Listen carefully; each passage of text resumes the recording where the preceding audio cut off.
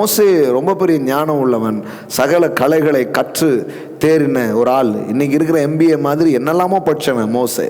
அவன் சொல்கிறான், ஆண்டவரே கடலில் இருக்கிறதெல்லாம் பிடிச்சி போட்டால் கூட இவங்களுக்கு பத்தாது ஆண்டவரே.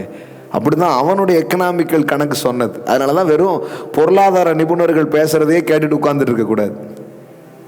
We need the word of God. We need the prophetic word. We need the word from the Lord.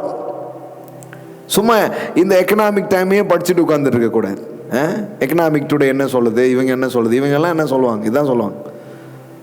ஆனால் இதை விட இது வெறும் மாம்சீக கணக்கு, இது வெறும் மாம்சீக அறிவு.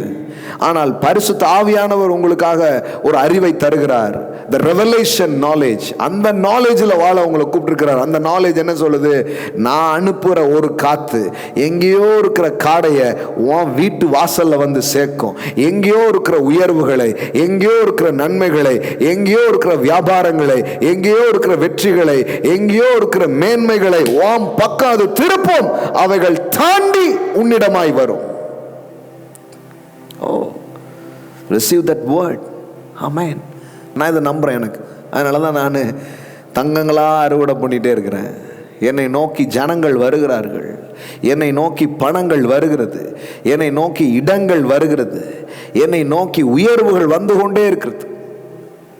என்ன பண்ணுறீங்க அப்படின்னு கேட்குறாங்க. என்ன பண்ணுறீங்க? ஆவியானவரை சார்ந்துக்கிறேன். நான் அந்த அபிஷேகத்தை நான் சார்ந்துக்கிறேன், அந்த கிருபையை நான் சார்ந்துக்கிறேன், அதை வேல்யூ பண்ணுறேன், அதை பெருசாக நினைக்கிறேன். அந்த ஆவியானவர் எல்லா காரியங்களையும் அசைச்சு நம்ம பக்கம் எல்லாத்தையும் கொண்டு வர்றார். ஆமென். அசையாததெல்லாம் அசையும். உங்களுக்காக அசைப்பார், உங்களுக்காக அசைப்பார். அதை உங்கள் பக்கம் திருப்பி கொண்டு வருவார். ஆமென்.